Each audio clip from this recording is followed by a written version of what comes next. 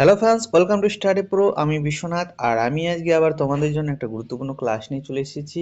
আজকে আমরা যে আমাদের গ্রুপ ডি এক্সাম রয়েছে, সেই গ্রুপ ডি এক্সামটার একদম চূড়ান্ত পর্যায়ে যে প্রস্তুতি, সেই রকমভাবে ক্লাসটা করব। ঠিক আছে? তো আজকে অঙ্ক, রিজনিং আর জিকে কারেন্ট অ্যাফেয়ার্স সব এক ক্লাসে আমরা কমপ্লিট করব। ঠিক আছে? তো চলো ক্লাসটা শুরু করি। প্রথমে দেওয়া হয়েছে পিতার বর্তমান বয়স পুত্রের বয়সের 6 গুণ। 6 বছর পরে পিতার বয়স যদি পুত্রের বয়সের 3 গুণ হয়, তবে পিতার বর্তমান বয়স কত? তাহলে এখানে পিতা পুত্রের বয়স এর যে অঙ্ক, পিতা পুত্রের বয়সের অঙ্ক আমরা প্রায় প্রত্যেক পরীক্ষায় দেখতে পাই, গ্রুপ ডি এক্সামে দেখতে পাবো না, এরকম কোনো সন্দেহ নেই। তো এই অঙ্কটা আমরা কিভাবে সমাধান করবো বলো তো? এখানে বলা হয়েছে পিতার বর্তমান যে বয়সটা, এটা হচ্ছে পুত্রের বয়সের 6 গুণ। তারপরে 6 বছর পর পিতা পুত্রের বয়সের যে পিতার যে বয়স, সেটা পুত্রের বয়সের 3 গুণ হবে। আর সেখান থেকে আমাদের বর্তমান বয়সটা বলতে হবে। তো বর্তমান বয়সটা আমাদের খুঁজে বার করতে হবে। বর্তমান বয়সটা খুঁজে বার করার জন্য আমাদের কি করতে হবে বলো তো? দুজনেরই বয়সটার যে তুলনা, সেটা আমাদের সামনাসামনি করে নিতে হবে। এখানে দেখো, পিতার বর্তমান বয়স পুত্রের বয়সের 6 গুণ। এই হিসাবে আমরা যদি পুত্রের বয়সকে ধরে নিই এক্স, বলতো পিতার বয়স কত হবে? পিতার বর্তমান বয়স পুত্রের বয়সের 6 গুণ, অর্থাৎ 6x হবে। তাই কি না বলো? তাই হবে। এবার বলছে 6 বছর পরে পিতার বয়স যদি 6 বছর পরে, তো 6 বছর পরে কি হবে? 6 বছর পরে হয়ে যাবে 6x+6। ঠিক আছে? পুত্রের বয়সের 3 গুণ হয়, পুত্রের বয়স কত হবে 6 বছর পরে বলো তো? 6 বছর পরে হয়ে যাবে x+6। ঠিক আছে? এবার বলেছে পুত্রের বয়সের 3 গুণ হয়, তবে পিতার বর্তমান বয়স কত? তাহলে এই যে এখানে আমরা দেখতে পাচ্ছি, যদি পুত্রের বয়স 3 গুণ হয়, হুম 6 বছর পরে পুত্রের বয়সের 3 গুণ হয়, কার? পিতার বয়স। তাহলে এখানে আমরা ইকুয়েশন করে নিতে পারবো, অবশ্যই পারবো। তাহলে আমরা ইকুয়েশন করে নেব। কিভাবে করব? এই যে এইদিকে পিতার বয়স 6+6 সমান সমান, এখানে প্রশ্নে দেখো 6 বছর পরে পিতার বয়স, 6 বছর পরে পিতার বয়স কি হবে? পুত্রের বয়সে 3 গুণ, পুত্রের বয়স কত? x+6। এবার 3 গুণ, 3 গুণ কোন দিকে দিব? 3 গুণ আমরা এইদিকে দেব। এই যে পুত্রের বয়সটাকে 3 গুণ করলাম, কার? পিতার বয়সের সমান হয়ে গেল। ইকুয়েশন এভাবেই করে আসছি আমরা। বুঝতে পেরেছো? আশা করি বুঝতে পেরেছো। চলো এবার এটাকে সমাধান করি। যদি সমাধান করতে যাই, তাহলে আমরা কি পাবো বলো তো? এদিকে পেয়ে যাবো 3x+18। ঠিক আছে? আর এদিকে 6x+6 তো ছিলই। এখানে 6x আছে বাঁদিকে, 3x আছে ডান দিকে। তো ডান দিকে এখানে প্লাস আছে, এদিকে গেলে বাঁদিকে গেলে মাইনাস হয়ে যাবে। মাইনাস যদি হয়ে যায়, তাহলে আমরা পাবো 3x। অসুবিধা নেই। সবাই বুঝতে পেরেছো? এবার এদিকে দেখো, ডান দিকে রয়েছে 18, বাঁ দিকে রয়েছে 6। তাহলে +6 আছে, +6 যদি ওদিকে যায়, এদিকে চলে আসে, ঠিক আছে, বাঁ দিক থেকে ডান দিকে আসে, তাহলে সে হয়ে যাবে মাইনাস। মাইনাস যদি হয়, তাহলে 18 থেকে 6 বাদ দিলে কত হয় বলো তো? 18 থেকে 6 বাদ দিলে 12 হয়। তাহলে x সমান সমান কত পাবো আমরা? x সমান সমান পাই যাবো আমরা 4। ঠিক আছে? তাহলে x এর মান পেয়ে গেলাম আমরা। এবার বলেছে কি, এখানে দেখো, তবে পিতার বর্তমান বয়স কত? হ্যাঁ, পিতার বর্তমান বয়স কত? পিতার বর্তমান বয়স এটা রেখেছি আমরা। আর নিচে যেটা বয়স, নিচের বয়সটা হচ্ছে যখন 6 বছর পরে, 6 বছর পরের বয়সটা এটা। আর বর্তমান বয়সটা হচ্ছে এটা 6x। তাহলে 6x মানে কি? 6×4=24, অর্থাৎ অপশন বি সঠিক উত্তর। এরপর দ্বিতীয় প্রশ্ন বলা হয়েছে a:b সমান সমান 3:4, b:c সমান সমান 6:5 হলে h:c এর মান কত? গ্রুপ ডি এর জন্য একদম যথেষ্ট লেভেলের অঙ্ক। এরকম অঙ্কই আমাদের গ্রুপ ডি এ দেখতে পারবো আমরা। তো এইরকম অঙ্ক আমরা কিভাবে সমাধান করব বলো তো? এরকম অঙ্ক আমরা সমাধান করব, এগুলোকে পাশাপাশি সাজিয়ে নেব, a b c। ঠিক আছে, তারপর যেমন দেওয়া আছে তেমন ভাবে আমরা সাজাবো। 3 4 B/C সমান সমান 6:5, B/6 সমান সমান 6:5 হয়ে গেল। এবার এখানে কত আসবে, এখানে 6 আসবে ফাঁকা ঘরে, আর এখানে কত আসবে, 4 আসবে। ঠিক আছে, 6 3 18, 5 4 20, 18 আর 20 হয়ে গেল। ঠিক আছে, তাহলে এটাকে যদি আমরা ছোট করি কত পাবো, 2 9 18, 2 10 20। তাহলে সঠিক উত্তর হয়ে গেল অপশন ডি, 9:10।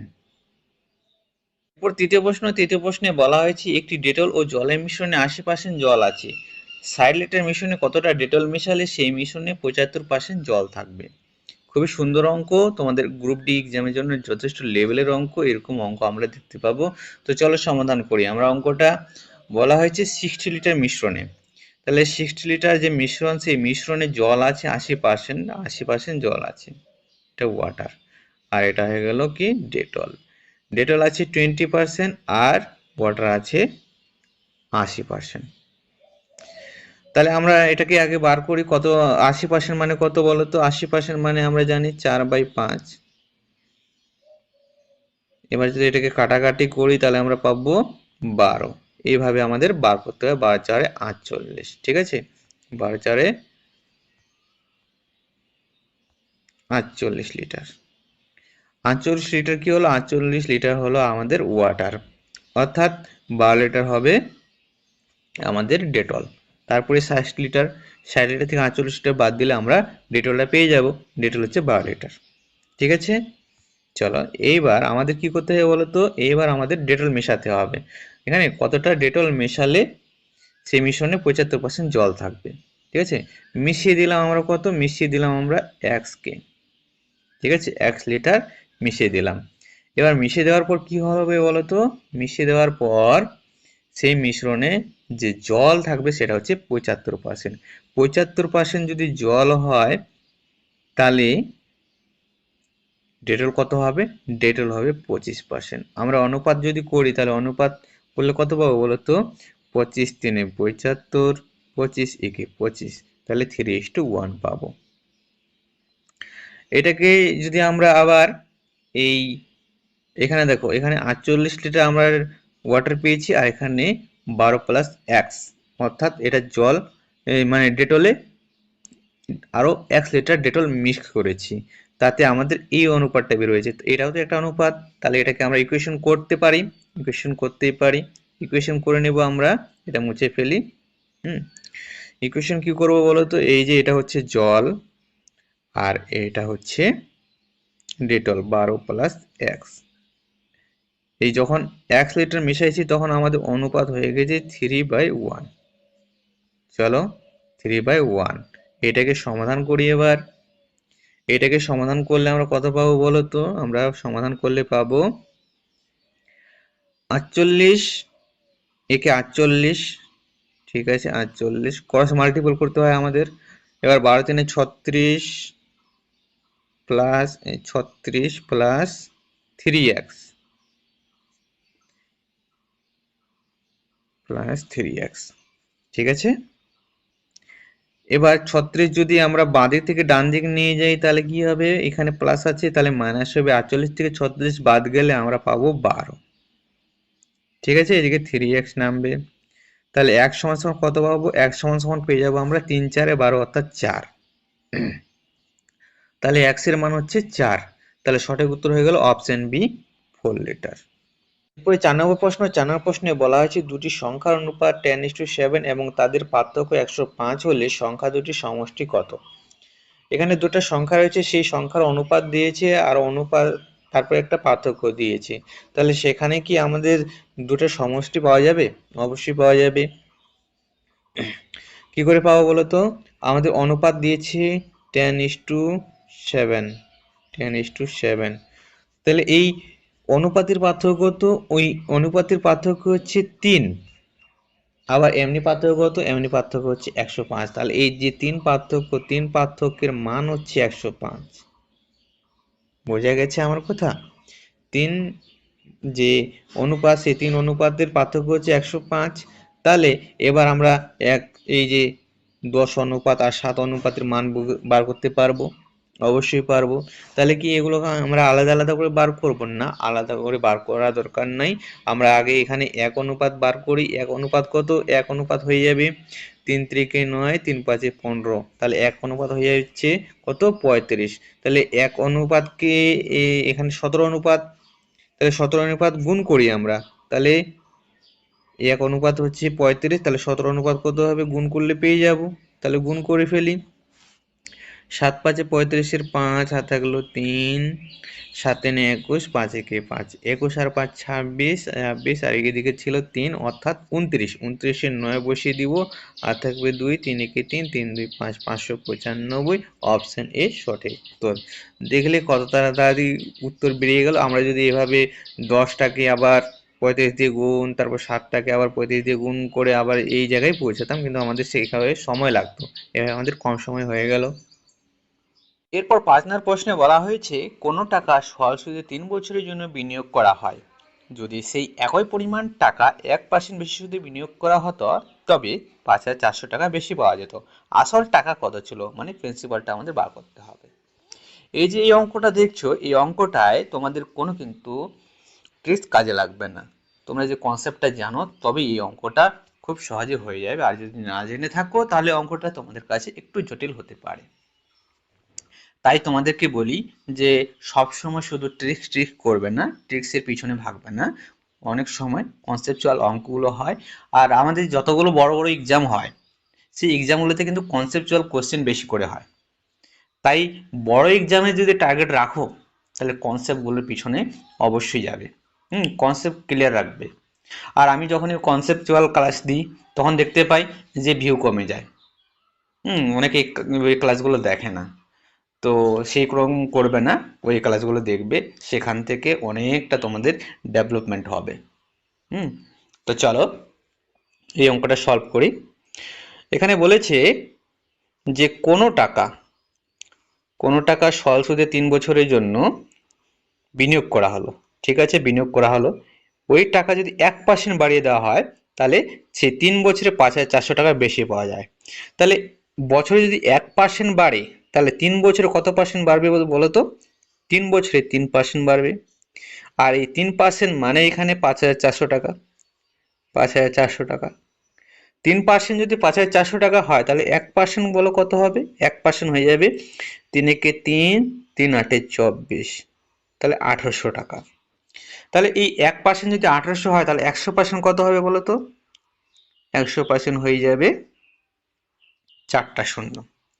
তাহলে 18, 4টা শূন্য, 18, 4টা শূন্য কোথায় আছে? অপশন সি এ আছে। তাহলে দেখলে কত সহজে আমরা উত্তর পেয়ে গেলাম। যদি আমরা কনসেপ্টে জানি তাহলে অঙ্কটা কিন্তু খুবই সোজা। আর এরকম কনসেপচুয়াল অঙ্ক আমাদের আসে, তাই আমাদের কনসেপ্টগুলো বেশি করে মাথায় রাখতে হবে। তো চলো আমরা উত্তর পেয়ে গেছি, আমরা নেক্সট অঙ্কে যাই। এরপর 6 নম্বর প্রশ্নে বলা হয়েছে একটি ব্যাগে থাকা 50 পয়সা, 25 পয়সা ও 10 পয়সার মুদ্রার সংখ্যার অনুপাত 5:8:3 এবং মোট টাকার পরিমাণ 288 টাকা। 25 পয়সার মুদ্রার সংখ্যা কয়টি? এখানে আমাদের যে পয়সাগুলো রয়েছে সেই পয়সাগুলোর মুদ্রার সংখ্যার অনুপাত দিয়েছে, আর এখানে আমাদের রয়েছে টাকার পরিমাণটা। তাহলে আমরা সরাসরি কিন্তু বার করতে পারবো না। সরাসরি যদি বার করতে যাই তাহলে আমাদের ভুল উত্তর আসবে। আমাদের কি করতে হবে বলতো? আমাদের সবার আগে টাকার পরিমাণ দিয়েছে, তো টাকার পরিমাণ দিয়েছে, তাহলে আমাদের টাকার অনুপাতটা নিয়ে আসতে হবে। তাহলে সংখ্যার অনুপাত থেকে আমরা টাকার অনুপাত নিয়ে আসি আগে। চলো কিভাবে করব? সংখ্যার যে অনুপাতটা দিয়েছে 5:8:3, এটা দিয়েছে। এটাকে আমরা এবার টাকার অনুপাতে ভাগ করব। তাহলে এই যে 5 অনুপাত কিসের? 50 পয়সার অনুপাত। ঠিক আছে, তাহলে 50 পয়সার অনুপাত যদি 5 হয় অর্থাৎ 50 পয়সাগুলো 5টা, 50 পয়সাগুলো 5টা মিলে কত পয়সা হবে বলো তো? 250 পয়সা। ঠিক আছে, ঠিক সেরকম ভাবেই আবার এই যে 8 রয়েছে, এই 8টা, এই যে 8টা, এই 8টা কি? 8টা হচ্ছে 25 পয়সার অনুপাত। তাহলে 25 পয়সাগুলো 8টায় কত পয়সা হয়? 25 পয়সাগুলো 8টায় হয় 200 পয়সা। ঠিক আছে, এবার 10 পয়সাগুলো, 10 পয়সাগুলো 10 পয়সাগুলো 3টা, 10 পয়সাগুলো 3টা মিলে কত হয়? 30 পয়সা। ঠিক আছে, এটা পেয়ে গেলাম আমরা কি, এটা পেয়ে গেলাম আমরা টাকার অনুপাত। তো টাকার অনুপাতটাকে আমরা ছোট করব, শূন্য শূন্য কাটবে, শূন্য শূন্য কেটে গেল। ঠিক আছে, আর কাটবে কি, আর কাটবে না, তাহলে আমরা আর ছোট করতে পারবো না। এবার আমাদের কি চাই, 25 পয়সা মুদ্রার সংখ্যা। তাহলে 25 পয়সার যে অনুপাত সেটা হচ্ছে 20। তাহলে 20টাকে আমরা উপরে লিখবো, আর এগুলো সবগুলোকে যোগ করে নিচে বসাবো। তাহলে 25 20 হচ্ছে 45, 45 আর 3 হচ্ছে 48। বোঝা গেছে? এবার কত টাকার মধ্যে, 288 টাকার মধ্যে। তাহলে 288 টাকার মধ্যে। এবার যদি আমরা কাটাকাটি করি, তাহলে 12 4 48, 12 2 24, 48, 12 4 48। ঠিক আছে, তাহলে 4 6 24, তাহলে 20 6 হচ্ছে 120 টাকা। এই যে 120 টাকা, এটা টাকা কিন্তু, এটা সংখ্যা নয়, এটা আমরা টাকার অনুপাতে নিয়ে আসছি। ঠিক আছে, তোমাদের এক্সামিনার মানে তোমাদের এখানে হয়তো অপশন এ তে দিয়ে দিতে পারে 120। তাহলে সেক্ষেত্রে তোমাদের ভুল হয়ে যাবে, আর এক্সামিনার চাই তোমরা ভুল করো। তাহলে আমরা সেইগুলো মাথায় রাখবো, মানে প্রত্যেকটা বিষয় আমাদের মাথায় রাখতে হবে, নাহলে আমাদের ভুল উত্তর চলে আসতে পারে। এবার বলো 120 টাকাতে কতগুলো 25 পয়সা থাকতে পারে? 1 টাকাতে আমাদের 4টা 25 পয়সা থাকে, তাহলে 120 টাকাতে আমাদের 4 গুণ দিয়ে গুণ করলে পেয়ে যাব, তাহলে 12 4 48, অর্থাৎ 480টা। তাহলে সঠিক উত্তর হয়ে যাবে অপশন সি। এরপর 7 নম্বর প্রশ্নে বলা হয়েছে, নিচের কোন সংখ্যাটি 12 15 18 দ্বারা ভাগ করা যাবে এবং উভয় ক্ষেত্রে 5 ভাগশেষ থাকবে? তাহলে আমরা উত্তরটা বের করার জন্য কি আমরা এগুলো অপশনগুলোকে চেক করে দেখব, 12 দিয়ে, 15 দিয়ে, 18 দিয়ে? না, সেরকম যদি করতে যাই তাহলে কিন্তু আমাদের অর্ধেকটা সময় এই প্রশ্নটা সলভ করতেই চলে যাবে। তাহলে করব কি, আসলে এই যে তোমরা অঙ্কটা দেখছো, এটা হচ্ছে লসাগু গসাগুর অঙ্ক, কিন্তু এখানে লসাগু গসাগুর নাম নিশানা নেই। আসলে এটা কনসেপচুয়াল অঙ্ক। যখন তোমরা কনসেপ্টটা জানবে যে লসাগু গসাগুর কনসেপ্টটা আসলে কি, তখন এই অঙ্কটা একবারে ইজি। আর যদি লসাগু গসাগু কনসেপ্টটা তোমাদের শুধু ডাউট থাকে, তোমরা শুধু ট্রিকের উপর ডিপেন্ডেন্ট থাকো, তাহলে কিন্তু এই অঙ্কটা একটু মুশকিল হবে। লসাগু গসাগুর কনসেপ্টটা কি বলতো? আমরা যখন লসাগু খুঁজি, মনে করো 4 আর 6 এর লসাগু বলো, তোমাকে বলা হলো 4 আর 6 এর লসাগু বলো। তার মানে কি, 4 আর 6 দিয়ে এমন সংখ্যাকে ভাগ করা যাবে, সেই সংখ্যাটা খোঁজো। তো 4 আর 6 লসাগু কত হবে? লসাগু হবে 12। তো আমি সরাসরি মৌখিকভাবে 12 বলে দিলাম কি করে? তোমাদেরকে বলেছি আগের ক্লাসগুলোতে যে যেই সংখ্যাটা বড় হবে, এখানে 4 আর 6 এর মধ্যে 6 বড়। এই যে 6 বড়, 6কে আমরা গুণ করতে থাকবো যতক্ষণ পর্যন্ত আমরা এই যে 4 সংখ্যা, এই 4টা দিয়ে আবার সেই যে গুণিতকটা পাওয়া গেছে সেই গুণিতকটা ভাগ যায়, ততক্ষণ পর্যন্ত আমরা গুনতে থাকবো। তাহলে 6 কে 6, 6 কে 6, তাহলে 6 কি 4 দ্বারা ভাগ করা যাবে? যাবে না। 6 কি 2 দিয়ে ভাগ করা যাবে? 6 কে যদি আমরা 2 দিয়ে গুণ করি অর্থাৎ 12 হবে। 12 কে 4 দ্বারা ভাগ করা যাবে? যাবে। তাহলে আমরা এখানেই থেমে যাব। তাহলে সঠিক উত্তর হয়ে মানে লসাগুটা হবে আমাদের 12। বোঝা গেছে? এইভাবে আমরা লসাগু করি। আর তোমরা যদি ছোটবেলার মতো 4 6 লসাগু করতে যাও, 2 দুগুণে 4, 2 তিনে 6, এভাবে কিন্তু অনেক সময় নষ্ট হবে, আর পরীক্ষার সময় কিন্তু এভাবে করে না। হুম তো যাই হোক, এগুলো শিখে রাখো ছোট ছোট জিনিসগুলো। এরপর আমরা কি করব বলো তো? এটা তোমাদের শিখালাম, হ্যাঁ, শুধু যে লসাগু কনসেপ্টটা কি। তো এখানেও ঠিক সেরকমই আমাদের এই যে 12 15 আর 18 এগুলো দিয়ে আমরা লসাগু খুঁজতেছি, আর তার সঙ্গে 5 যোগ করতে হবে। এখানে বলা হয়েছে উভয় ক্ষেত্রে 5 ভাগশেষ থাকবে। তাহলে 12 15 18-র লসাগু কত? এই যে আমি নিয়মটা শেখালাম যে আমরা সব থেকে বড় সংখ্যাটাকে ধরে নেব, এবার আমরা গুণ করতে থাকবো। হ্যাঁ, গুণ করতে থাকবো, যেখানে আমাদের যে এই যে 18 যে গুণিতক, সেই গুণিতকটা 12 15 দিয়ে কাটাকাটি করা যাবে, তখন আমরা থেমে যাব। তাহলে 18 কে 18, 18 দুগুণে 36, 36কে তো 12 দিয়ে ভাগ করা যায়, কিন্তু 15 দিয়ে ভাগ করা যায় না। ঠিক আছে। তো 15 দিয়ে যেহেতু 36কে ভাগ করা যায় না, তাহলে সেটা হবে না। 18 তিনে কত হয়? 18 তিনে 54 হয়, 54কেও তো 15 দিয়ে ভাগ করা যায় না। 18 চারে 72, 72কেও 15 দিয়ে ভাগ করা যায় না। তারপরে 18 পাঁচে 90, 90কে তো 15 দিয়ে ভাগ করা যায় ঠিকই, কিন্তু 12 দিয়ে কি ভাগ করা যায় 90কে? না, 12 দিয়ে ভাগ করা যায় না, তাহলে সেটাও হবে না। 18 চারে কত? 18 চারে 72, 18 পাঁচে 90, 18 ছয় 108, 18 ছয় 108কে 15 দিয়ে ভাগ করা যায় না। 18 সাত 126, 120কেও 15 দিয়ে ভাগ করা যায় না। 18 আট 144, 18 আট 144কেও 15 দিয়ে ভাগ করা যায় না। 18 নং 162, 162কেও কিন্তু 15 দ্বারা ভাগ করা যায় না।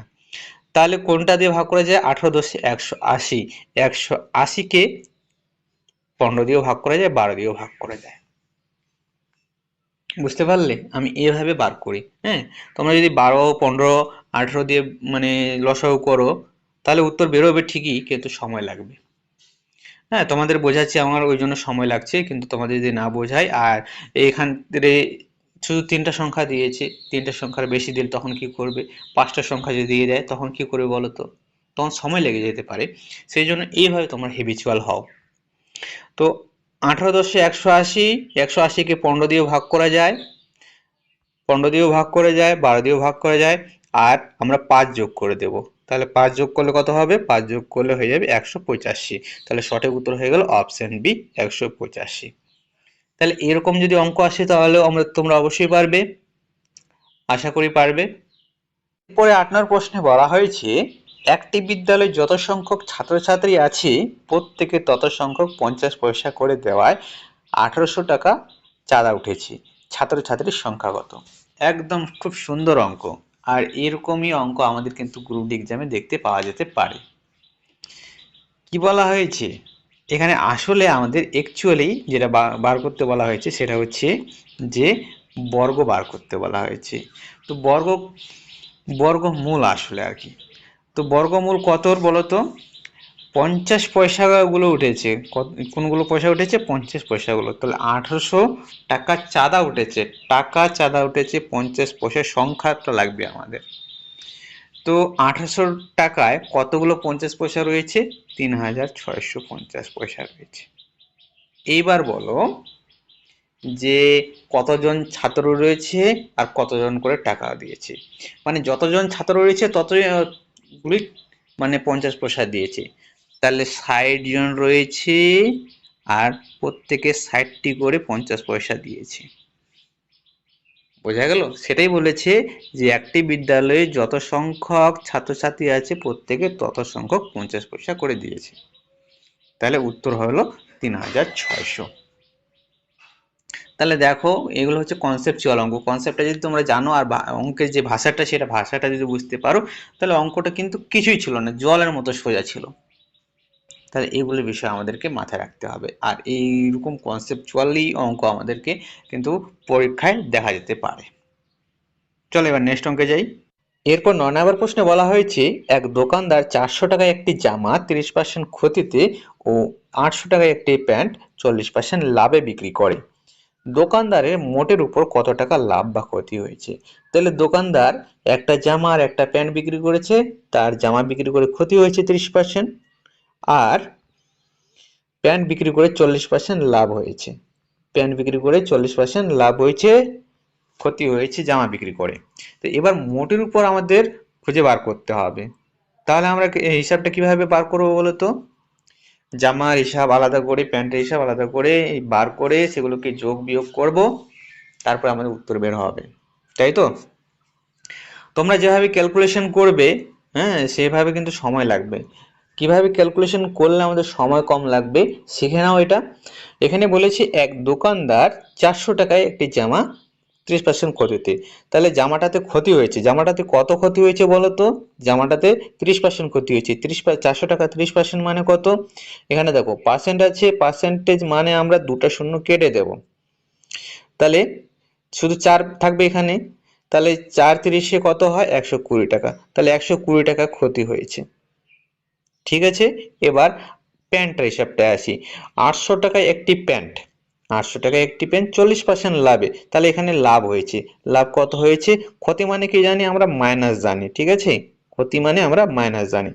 আর 800 টাকা একটা প্যান্ট 40% লাভ হয়েছে, তাহলে 800 টাকা যদি 40% লাভ হয় তাহলে আমরা সরাসরি এখান থেকে হিসাবটা করে নিতে পারবো। দেখো এখানে কিভাবে হিসাবটা করবো, 800 টাকার 40%, তো তাহলে এখানে আমরা দুটো যে পার্সেন্টেজ সাইন আছে সেখান থেকে আমরা দুটো শূন্য কেটে দিতে পারি। তাহলে এখানে শুধু 8 বাঁচলো। তাহলে 40 8-এ কত হয়, 40 8-এ হয় 320 টাকা, তাহলে 320 টাকা। ঠিক আছে। আরো যদি তোমাদের মানে অনেকটা লম্বা চওড়া হিসাবটা দিত তাহলেও কিন্তু অসুবিধা হতো না, এভাবে তোমরা মাইনাস প্লাস সাইন গুলো দিয়ে দিতে। ঠিক আছে। মাইনাস মানে ক্ষতি, প্লাস মানে লাভ। তাহলে 320 টাকা লাভ হয়েছে, 120 টাকা ক্ষতি হয়েছে, তাহলে ওভারঅল কত লাভ হয়েছে বা ক্ষতি হয়েছে। তাহলে ওভারঅল দেখো প্লাস সাইনটা বড় আছে, প্লাস সাইনটা বড় আছে তার মানে লাভ হয়েছে। হ্যাঁ, মাইনাস সাইনটা যদি বড় থাকতো তাহলে ক্ষতি হয়েছে। ঠিক আছে। তাহলে প্লাস সাইনটা যেহেতু লাভ হয়েছে, তাহলে কত টাকা লাভ হয়েছে, 320 থেকে 120 বাদ গেলে আমরা 200 টাকা পাবো। তোমাদেরকে বোঝালাম তাই আমার সময় লাগলো, কিন্তু তোমরা যখন করবে তখন তোমার এতটা সময় লাগবে না। ঠিক আছে। তাহলে এভাবে আমরা উত্তর করব। এরপর 10 নম্বর প্রশ্নে বলা হয়েছে মিনা রিমাকে 25% লাভে একটি মোবাইল বিক্রয় করে। যদি সে 2500 টাকায় মোবাইল বিক্রয় করে তার 1500 টাকার ক্ষতি হয়, মিনা কত টাকায় মোবাইলটি বিক্রয় করেছে। এই যে এই অঙ্কটা দেখতে পাচ্ছ, এই অঙ্কটা কিন্তু পুরোপুরি আমাদের ল্যাঙ্গুয়েজ বেস। আমরা যদি ল্যাঙ্গুয়েজটাকে ভালোভাবে না বুঝতে পারি তাহলে অঙ্কটা কিন্তু আমাদের সমাধান করা মুশকিল হয়ে যাবে। এই জন্য আমি বলে রাখি যে তোমাদের ল্যাঙ্গুয়েজ কিন্তু বুঝতে হবে। একবারে যদি না বোঝা যায় তাহলে দুইবারে করো। ল্যাঙ্গুয়েজটাই আমাদের হচ্ছে আসল এই পাটিগণিতের অঙ্কে। তো চলো আমরা সমাধান করি এটা। আর তোমাদেরকে বলি যে গ্রুপ ডি লেভেলে যদি হাইস্ট কঠিন লেভেল দেয়, তা এক দুটা তো কঠিন অঙ্ক দিবে। সবগুলো যে সহজ অঙ্ক দিবে এরকম নয়, এক দুটা কঠিন অঙ্ক দিবে। তো সেই এক দুটো কঠিন লেভেল এই পর্যন্ত যেতে পারে। ঠিক আছে। এটা আমরা যে গ্রুপ সি এক্সাম, সেই গ্রুপ সি এক্সামের পেপারটা, কোশ্চেন পেপারটা ভালোভাবে অ্যানালাইজ করলে বুঝতে পারবো। ঠিক আছে। তোমরা তো পরীক্ষা দিয়েছো, তোমরা অবশ্যই বুঝতে পারবে এটা। তো চলো শুরু করি। মিনা রিমাকে 25% লাভে একটা মোবাইল বিক্রি করে। ঠিক আছে। তাহলে দুজন রয়েছে, একজন হচ্ছে মিনা আর একজন হচ্ছে রিমা। এই মিনা রিমার কাছে মোবাইলটা বিক্রি করেছে, তাহলে কত পার্সেন্ট, 25% লাভে বিক্রি করেছে। অর্থাৎ এই যদি 100 টাকায় কেনে তাহলে রিমার কাছে সে 125 টাকায় বিক্রি করেছে। ঠিক আছে। এইটুকু গল্প আমরা এখান থেকে পেলাম। এরপরে বলেছে যদি সে 2500 টাকায়, ঠিক আছে, 2500 টাকায় যদি মোবাইলটা বিক্রয় করে তার 1500 টাকার ক্ষতি হয়, তাহলে এটা একটা আলাদা কন্ডিশন। কি কন্ডিশন, যদি সে 2500 টাকায় মোবাইলটা বিক্রয় করে তাহলে তার 1500 টাকা ক্ষতি হয়। এইখানেই কিন্তু আসল অঙ্কটা। তোমাদের সহজভাবে বোঝাচ্ছি আমি। আমি মনে করো যে আমি একটা কলম বিক্রি করলাম 5 টাকায় আর আমার সেখানে 2 টাকা ক্ষতি হলো। আমি একটা কলম বিক্রি করলাম, সেখানে আমার 2 টাকা ক্ষতি হলো। তাহলে আমি কলমটা কিনেছি কত টাকায় বলো তো, কলমটা কিনেছি 60 টাকায়। তাহলে এখান থেকে আমরা কি পেলাম, ক্রয় মূল্য পেলাম। ঠিক এখানে সেই সেই গল্পটাই, সে 2500 টাকা যদি মোবাইলটা বিক্রয় করে তার 1500 টাকার ক্ষতি হয়। হুম। এখন তোমাদের সহজ মনে হলেও কিন্তু যখন তোমরা এইটা কোশ্চেন মানে পরীক্ষায় পাবে তখন এটা কঠিন হয়ে যাবে। তো এই 2500 টাকা যদি মোবাইলটা সে বিক্রি করে তার 1500 টাকার ক্ষতি হয়, অর্থাৎ সে সেইটা কিনেছে ক টাকায়, এই যে 2500 টাকা, এই 2500 টাকা হচ্ছে মোবাইলটার বিক্রয় মূল্য। ঠিক আছে, অর্থাৎ সেলিং প্রাইস। ঠিক আছে। এরপর 1500 টাকা, এই যে 1500 টাকাটা, এই 1500 টাকাটা হচ্ছে কি, 1500 টাকা হচ্ছে ক্ষতি অর্থাৎ লস। তাহলে বিক্রয় মূল্য আর ক্ষতি দুটোকে যদি আমরা যোগ করি তাহলে আমরা কি পাবো বলতো, আমরা পেয়ে যাব ক্রয় মূল্য অর্থাৎ সিপি। ঠিক আছে। এই জন্য বলি তোমাদের কনসেপ্টগুলোকে ক্লিয়ার করতে হবে। 2500 আর 1500 কত টাকা হয়, 4000 টাকা হয়। তাহলে এই যে মিনা, মিনা 4000 টাকায় মোবাইলটা কিনেছে, তাহলে 4000 টাকায় যদি মোবাইলটা কিনে থাকে তাহলে সে কত টাকায় বিক্রি করেছে, এটা আমরা পেয়ে যাব। চলো তাহলে এটা সমাধান করি। এটুকু বুঝতে পেরেছো, এটুকু আমি মুছে ফেলি। 4000 টাকায় সে যদি কিনে তাহলে সেটাতে 25% লাভ করেছে, অর্থাৎ 125% হয়ে যাবে মোবাইলটার দাম।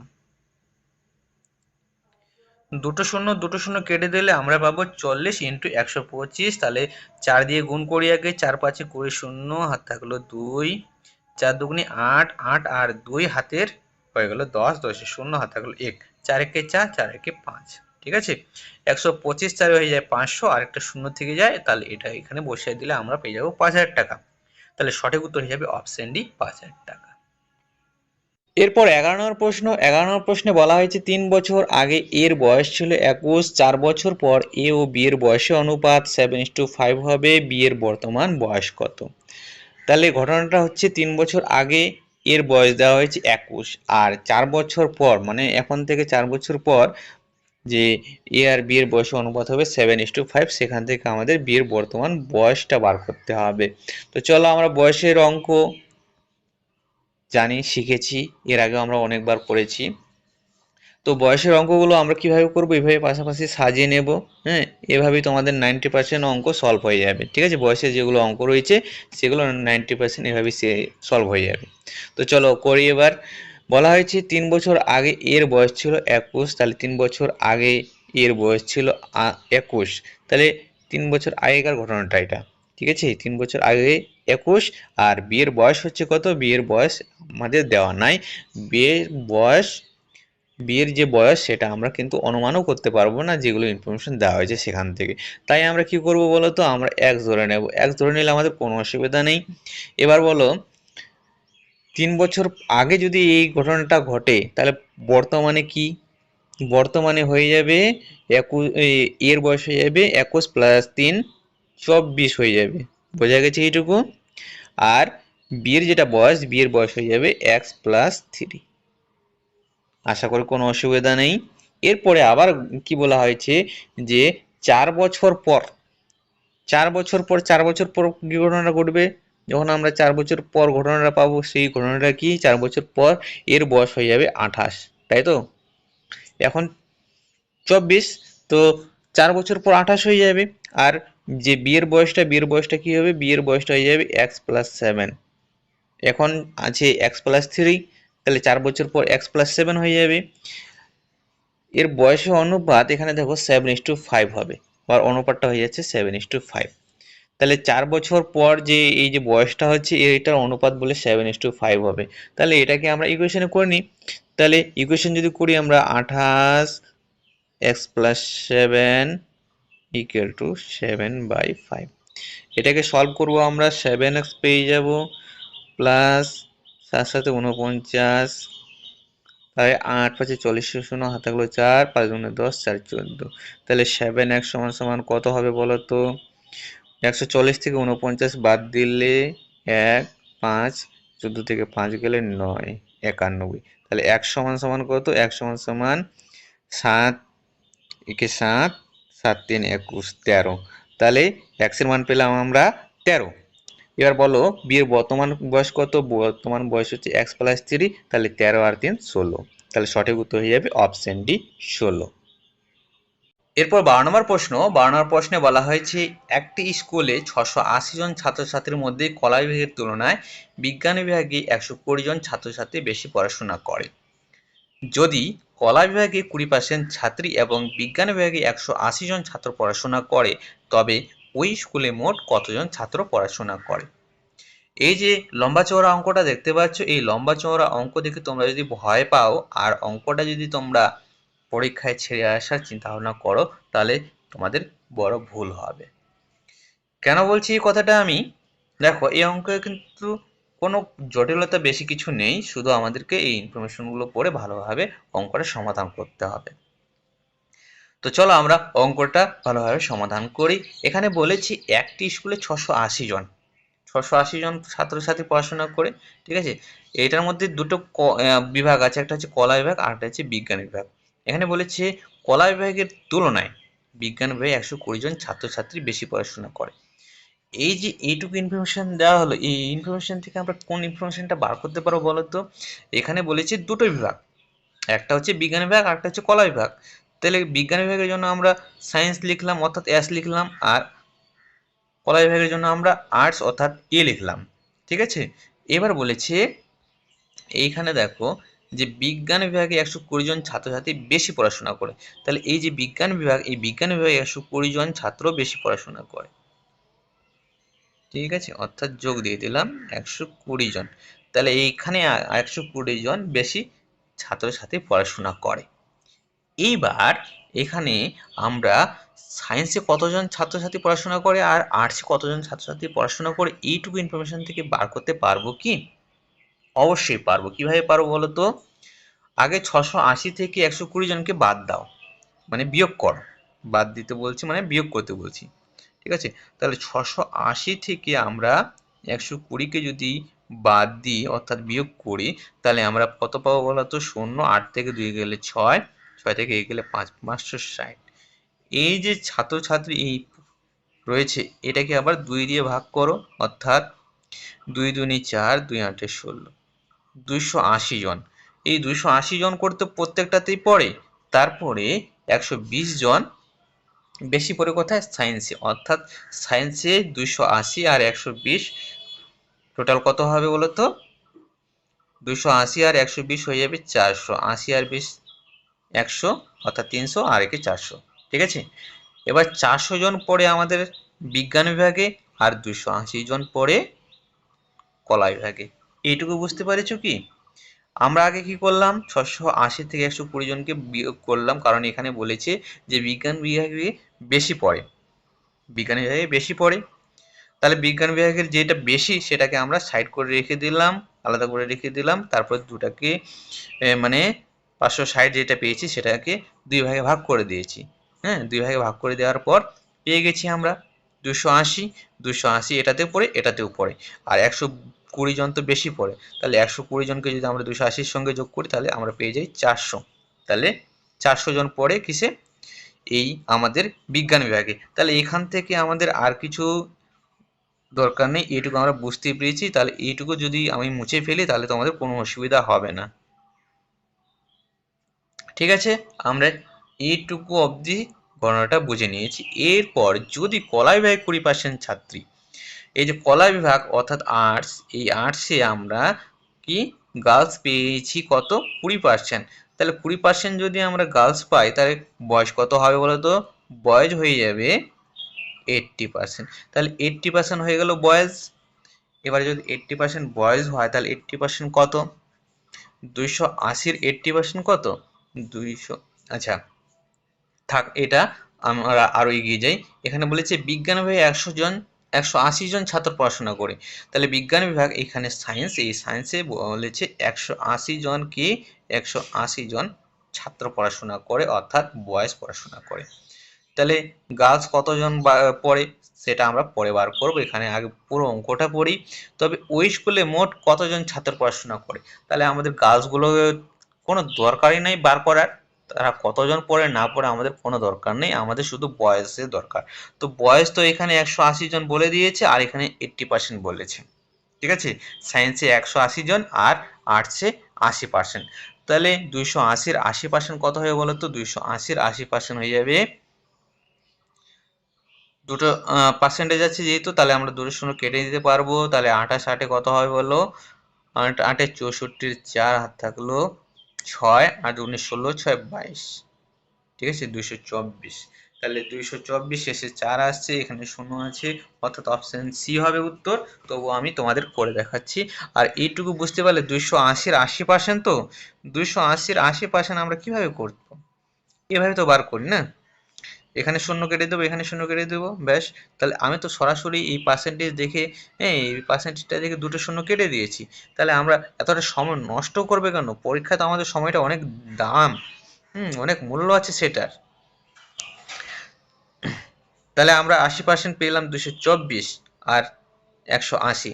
224 আর 180-কে যদি আমরা যোগ করি তাহলে আমরা টোটাল বয়সগুলো পেয়ে যাব। তাহলে 4 8 2 10-এ 0, হাত থাকলো 1, 2 একে 3, 3 আর একে 4, অর্থাৎ 404। তাহলে সঠিক উত্তর অপশন সি 404। এরপর 13 নম্বর প্রশ্নে বলা হয়েছে এল কে এবং জে এর মধ্যে 3900 টাকা ভাগ করে দেওয়া হলো যাতে তাদের প্রাপ্ত অর্থের অনুপাত হয় 1/2:1/3:1/4। তাহলে কে কত টাকা পাবেন? এই যে এরকম ভাবে আমাদের দেওয়া হয়েছে ভগ্নাংশ আকারে অনুপাতটা, সেখান থেকে আমাদের কে কতটা পাবে সেটা বার করতে হবে। তাহলে আমার যে আগের ক্লাসগুলো, সেই আগের ক্লাসগুলো যারা দেখেছো তারা অবশ্যই এটা ইজিলি করে নেবে, আর যারা নতুন আসছো তাদের হয়তো একটু অসুবিধা হতে পারে যদি না জেনে থাকো। তাহলে আমাদেরকে আগে জেনে নিতে হবে, জেনে গেলে এটা ইজিলি হয়ে যাবে। কি হয় বলো তো, আমাদের যে দেওয়া হয়েছে এল কে আর যে অনুপাতটা সেটা হচ্ছে 1/2, ঠিক আছে, 1/2, 1/3, 1/4 এই অনুপাতে দেওয়া হয়েছে। এটাকে আমরা সাধারণ অনুপাতে নিয়ে আসব। সাধারণ অনুপাতে কি করে নিয়ে আসতে হয়, আমরা আগে এল এরটা বার করি। যখন এল এরটা বার করব তখন আমরা এই যে এল এর অনুপাতটা এটা ভুলে যাব, ঠিক আছে। আমাদের মনে রাখতে হবে এই দুটাকে, ঠিক আছে। তো এর নিচে কত আছে, 3 আছে এখানে আর 4, নিচের সংখ্যাগুলোকে আমরা গুণ করে বসাই দেব। তাহলে 3 4 12, ব্যাস হয়ে গেল। এবার আমরা এল এরটা পেয়ে গেলাম। এবার কে কেটা যখন বার করব তখন কেটাকে ভুলে যাব, কেটাকে আমরা ভুলে গেলাম, ঠিক আছে। নিচে কত দেখতে পাচ্ছি, 2 আর 4, তাহলে 2 4 গুণ করলে কত হয়, 8 হয়, ঠিক আছে। এরপর আমরা কাকে বার করব, এরপর আমরা বার করব জের, ঠিক আছে। যখন আমরা জের বার করব তখন আমরা জে কে ভুলে যাব, আর এখানে কত দেখতে পাচ্ছি, 2 3 6, অর্থাৎ 6। এইটাকে যদি আমরা ছোট করি তাহলে কত দিয়ে করা যাবে বলো তো, 2 দিয়ে, 2 6 12, 2 4 8, 2 3 6, ঠিক আছে। 6:4:3। এবার এখান থেকে আমাদের কে কত টাকা পাবে সেটা বার করতে হবে, ঠিক আছে। তাহলে কে কোনটা, এই মাঝখানটা 4, তাহলে 4 নিব আমরা উপরে আর সবগুলো যোগ করে বসাবো নিচে, ঠিক আছে। এরপরে কত টাকা, 3,900 টাকার মধ্যে, তাহলে 3,900 টাকার মধ্যে যদি আমরা ইয়ে করি তাহলে 13 3 39, অর্থাৎ 300, 3 4 1200, অর্থাৎ অপশন ডি সঠিক উত্তর। এইভাবে আমাদের যে ভগ্নাংশের অনুপাতগুলো সেই ভগ্নাংশ অনুপাতকে সাধারণ অনুপাতে নিয়ে আসতে হয়। এরপরে চলে যাব আমরা আজকের যে জিকে আর কারেন্ট অ্যাফেয়ার্স, সেই জিকে কারেন্ট অ্যাফেয়ার্স এর কোশ্চেনের দিকে। আজকে শুধু আমরা ইম্পর্টেন্ট প্রশ্ন উত্তরগুলো আলোচনা করব, এর চাইতে বেশি কিছু আলোচনা করব না। তো চলো শুরু করি আজকে ক্লাস। এখানে প্রথমে বলা হয়েছে হিমোগ্লোবিনের কাজ হলো অপশন এ অক্সিজেন পরিবহন করা, অপশন বি ব্যাকটেরিয়া ধ্বংস করা, অপশন সি রক্তাল্পতা রোধ করা, অপশন ডি শক্তির ব্যবহার করা। তো সঠিক উত্তর হয়ে যাবে অপশন এ অক্সিজেন পরিবহন করা। দ্বিতীয় প্রশ্ন, বাণিজ্যের উদ্দেশ্যে কারা প্রথম ভারতে এসেছিল? অপশন এ ফরাসি, অপশন বি ওলন্দাজ, অপশন সি পর্তুগিজ, অপশন ডি ইংরেজ। তো সঠিক উত্তর হয়ে যাবে অপশন সি পর্তুগিজ। এরপরে তৃতীয় প্রশ্নে বলা হয়েছে খিলজি রাজবংশের প্রথম শাসক কে? Option A Alauddin Khilji, option B Balban, option C Malik Kafur, option D Jalaluddin Firoz Khilji. তো সঠিক উত্তর হবে অপশন ডি জালালউদ্দিন ফিরোজ খিলজি।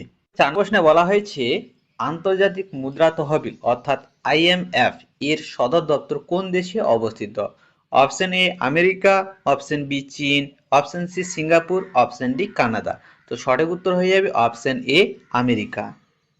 এরপর 5 নম্বর প্রশ্নে বলা হয়েছে থার্মোমিটারে ব্যবহৃত তরল ধাতু কোনটি? অপশন এ রূপা, অপশন বি পারদ, অপশন সি সোনা, অপশন ডি ম্যাগনেসিয়াম। তো সঠিক উত্তর হয়ে যাবে অপশন বি পারদ। এরপরে 6 নম্বর প্রশ্নে বলা হয়েছে রোধাঙ্কের এসআই একক কি? Option A ohm meter, option B joule, option C ampere, option D ohm. তো সঠিক উত্তর হয়ে যাবে অপশন এ অহম মিটার। এরপর 6 নম্বর প্রশ্নে বলা হয়েছে ভারতের সংবিধানে নিম্নলিখিত কোনটি মৌলিক অধিকার নয়? অপশন ই ব্যক্তিতার অধিকার, অপশন বি সম্পত্তির অধিকার, অপশন সি সমানতার অধিকার, অপশন ডি গোপনীয়তার অধিকার। তো সঠিক উত্তর হয়ে যাবে অপশন বি সম্পত্তির অধিকার। এরপর 7 নম্বর প্রশ্নে বলা হয়েছে কোন মৌলের গলনাঙ্ক এবং স্ফুটনাঙ্ক সর্বোচ্চ? অপশন এ স্বর্ণ, option B tungsten, option C lithium, option D osmium. তো সঠিক উত্তর হয়ে যাবে অপশন বি টাংস্টান। এরপর 8 নম্বর প্রশ্ন খুবই ইম্পর্টেন্ট প্রশ্ন আমাদের গ্রুপ ডি এক্সামের জন্য। এখানে বলা হয়েছে ভারতীয় মহিলা ক্রিকেট দলের প্রথম অধিনায়িকা কে ছিলেন?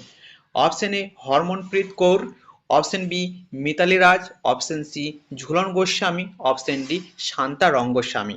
তো সঠিক উত্তর হয়ে যাবে অপশন ডি শান্তা রঙ্গস্বামী। 9 নম্বর প্রশ্নে বলা হয়েছে পাল রাজবংশের প্রথম রাজা কে ছিলেন? Option A Gopal, option B Madan Pal, option C Nandalal, option D Devpal. তো সঠিক উত্তর হবে অপশন এ গোপাল। এরপরে 10 নম্বর প্রশ্নে বলা হয়েছে স্টেট ব্যাংক অফ ইন্ডিয়ার জাতীয়করণ কোন বছর করা হয়েছিল?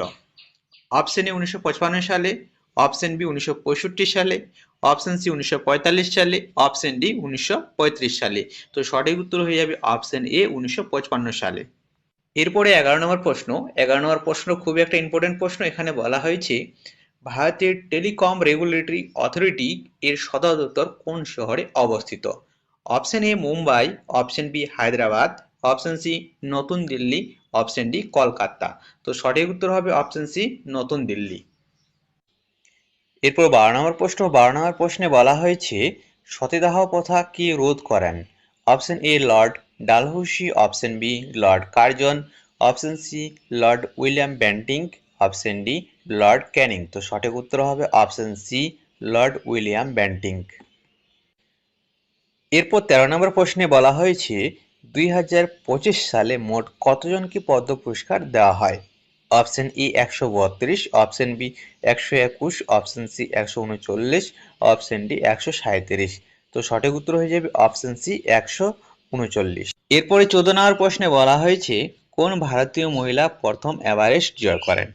Option A Junko Tabei, option B Bachendri Pal, option C Aarti Sen, option D MC Mary Kom. তো সঠিক উত্তর হবে অপশন বি বাচেন্দ্রী পাল। এরপর 15 নম্বর প্রশ্নে বলা হয়েছে প্রথম ফিফা বিশ্বকাপ কত সালে অনুষ্ঠিত হয়েছিল? Option 1950, option B 1958, option C 1930, option D 1924। তো সঠিক উত্তর হয়ে যাবে অপশন সি 1930।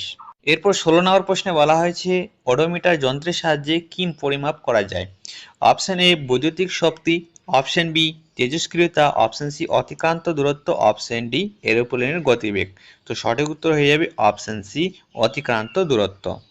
এরপরে 17 নম্বর প্রশ্নে বলা হয়েছে ভারতের সর্বশেষ গঠিত রাজ্য কোনটি? Option A Chhattisgarh, option B Jharkhand, option C Uttarakhand, option D Telangana. তো সঠিক উত্তর হবে অপশন ডি তেলেঙ্গানা। এরপর 18 নম্বর প্রশ্নে বলা হয়েছে ভারতের উচ্চতম মালভূমির নাম কি?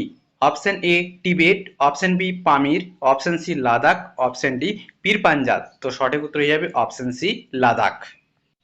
এরপর 19 নম্বর প্রশ্নে বলা হয়েছে কোন লেন্স ব্যবহার করা হয় ভগ্নদৃষ্টিকে সংশোধন করার জন্য? Option A cylindrical lens, option B convex lens, option C concave lens, option D bifocal lens. তো সঠিক উত্তর হয়ে যাবে অপশন এ সিলিন্ড্রিক্যাল লেন্স। এরপর 20 নম্বর প্রশ্নে বলা হয়েছে শব্দের বেগ সবচেয়ে বেশি? অপশন এ কঠিনে, অপশন বি তরলে, অপশন সি গ্যাসে, অপশন ডি শূন্য স্থানে। তো সঠিক উত্তর হবে অপশন এ কঠিনে। এরপর 21 নম্বর প্রশ্ন। 21 নম্বর প্রশ্নে বলা হয়েছে কবে প্রথম কলকাতায় ট্রাম চালু হয়? অপশন এ 1857 সালে, অপশন বি 1862 সালে, অপশন সি 1873 সালে, অপশন ডি 1891 সালে। তো সঠিক উত্তর হয়ে যাবে অপশন সি 1873 সালে। এরপর 22 নম্বর প্রশ্নে বলা হয়েছে কোন ভাইসরয় ভারতের সমবায় সমিতি চালু করেছিলেন? Option A Lord Curzon, option B Lord Wavell, option C Lord Ripon, option D Lord Cornwallis. তো সঠিক উত্তর হয়ে যাবে অপশন ডি লর্ড কর্নওয়ালিস। এরপরে 23 নম্বর প্রশ্নে বলা হয়েছে আধুনিক অর্থশাস্ত্রের জনক কাকে বলা হয়? Option A Adam Smith, option B John Stuart Mill, option C David Ricardo, option D Milton Friedman. তো সঠিক উত্তর হয়ে যাবে অপশন এ অ্যাডাম স্মিথ। এরপর 24 নম্বর প্রশ্নে বলা হয়েছে ভারতের প্রথম কাচের সেতুটি কোন রাজ্যে নির্মিত হয়েছে? Option A Assam, option B Meghalaya, option C Orissa, option D Tamil Nadu. তো সঠিক উত্তর হয়ে যাবে অপশন ডি তামিলনাড়ু। এরপর 25 নম্বর প্রশ্নে বলা হয়েছে সম্প্রতি প্রয়াত কুমারী কমলা কোন শাস্ত্রীয় নৃত্যের সঙ্গে যুক্ত ছিলেন? Option A Kathak, option B Kuchipudi, option C Odissi, option D Bharatanatyam. তো সঠিক উত্তর হয়ে যাবে অপশন ডি ভারতনাট্যম। এরপরে 26 নম্বর প্রশ্নে বলা হয়েছে ভারতের 92তম গ্র্যান্ডমাস্টার খেতাব কে জিতেছেন? Option A Priyansh Mukesh Sharma, option B Aryan Varshney, option C Mustafa Sajid, option D Vaibhav Suri. তো সঠিক উত্তর হয়ে যাবে অপশন বি আরিয়ান ভার্সনি। এরপর 27 নম্বর প্রশ্নে বলা হয়েছে রামমোহন রায়কে রাজা উপাধি প্রদান করেন কোন মুঘল সম্রাট? Option A Jahandar Shah, option B Mohammad Shah, option C দ্বিতীয় আকবর, অপশন ডি বাহাদুর শাহ জাফর। তো সঠিক উত্তর হয়ে যাবে অপশন সি দ্বিতীয় আকবর। এরপর 28 নম্বর প্রশ্নে বলা হয়েছে লালকেল্লা কে নির্মাণ করেন? Option A Akbar, option B Shah Jahan, option C Qutbuddin Aibak, option D Firoz Shah Tughlaq. তো সঠিক উত্তর হবে অপশন বি শাহজাহান। এরপর 29 নম্বর প্রশ্নে বলা হয়েছে পশ্চিমবঙ্গের প্রবেশদ্বার বলা হয়। অপশন এ মুর্শিদাবাদকে, অপশন বি কলকাতাকে, অপশন সি শিলিগুড়িকে, অপশন ডি আলিপুরদুয়ারকে। তো সঠিক উত্তর হবে অপশন সি শিলিগুড়িকে। এরপর 30 নম্বর প্রশ্নে বলা হয়েছে মানুষের স্কারবি রোগ হয় কোন ভিটামিনের অভাবে? Option A vitamin D, option B vitamin C, option C vitamin B, option D vitamin A. তো সঠিক উত্তর হবে অপশন বি ভিটামিন সি। এরপর 31 নম্বর প্রশ্নে বলা হয়েছে ভারতের জাতীয় পতাকার নকশা কে তৈরি করেছিলেন? Option A Padmanabhan, option B Bankim Chandra Chattopadhyay, option C Pingali Venkayya, option D Annie Besant. তো সঠিক উত্তর হয়ে যাবে অপশন সি পিঙ্গালি ভেঙ্কাইয়া। এরপরে 32 নম্বর প্রশ্নে বলা হয়েছে কলকাতা মেডিকেল কলেজ কবে প্রতিষ্ঠিত হয়েছিল? অপশন এ 1840 সালে, অপশন বি 1857 সালে, অপশন সি 1830 সালে, অপশন ডি 1835 সালে। তো সঠিক উত্তর হয়ে যাবে অপশন ডি 1835 সালে। এরপর 33 নম্বর প্রশ্নে বলা হয়েছে পৃথিবীর সর্বাপেক্ষা লবণাক্ত সমুদ্র কোনটি? অপশন এ লোহিত সাগর, অপশন বি কৃষ্ণ সাগর, অপশন সি আবল সাগর, অপশন ডি মৃত সাগর। তো সঠিক উত্তর হিসাবে অপশন ডি মৃত সাগর। এরপর 34 নম্বর প্রশ্নে বলা হয়েছে ভারতে প্রথম ডাক টিকিট কবে প্রচলন হয়? অপশন এ 1851 সালে, অপশন বি 1854 সালে, অপশন সি 1861 সালে, অপশন ডি 1870 সালে। তো সঠিক উত্তর হয়ে যাবে অপশন বি 1854 সালে। এরপর 35 নম্বর প্রশ্নে বলা হয়েছে বাংলার আকবর কাকে বলা হয়? Option A Pratapaditya, option B Shashanka, option C Ilyas Shah, option D Hussain Shah. তো সঠিক উত্তর হয়ে যাবে অপশন ডি হুসেন শাহ। তো আজকের ক্লাসটা আমরা এখান থেকে সমাপ্ত করব। সম্পূর্ণ তোমাদের গুরুত্বপূর্ণ যেগুলো কোশ্চেন হয় সেই কোশ্চেনগুলো এই ক্লাসে আলোচনা করা হয়েছে। তোমরা যদি একবারে মনে না রাখতে পারো তাহলে দ্বিতীয়বার আবার দেখতে পারো। আর যা আমাদের বাকি ক্লাসগুলো রয়েছে সেই ক্লাসগুলো দেখতে পারো, কারণ আজকের দিনটা শুধু রয়েছে আজকে 6 তারিখ, কালকে 7 আর 8 তারিখে তোমাদের এক্সাম রয়েছে। তো এই সময়টা খুব ভালোভাবে কাজে লাগাও তোমরা। কালকের যা পড়া থাকবে সেগুলোই তোমাদের কিন্তু পরীক্ষায় তোমরা লিখতে পারবে। তো চলো, বেস্ট অফ লাক সবাইকে। ভালো থেকো, সুস্থ থেকো। আর যারা এই চ্যানেলে নতুন আসছো অবশ্যই এই চ্যানেলটাকে সাবস্ক্রাইব করে নিও।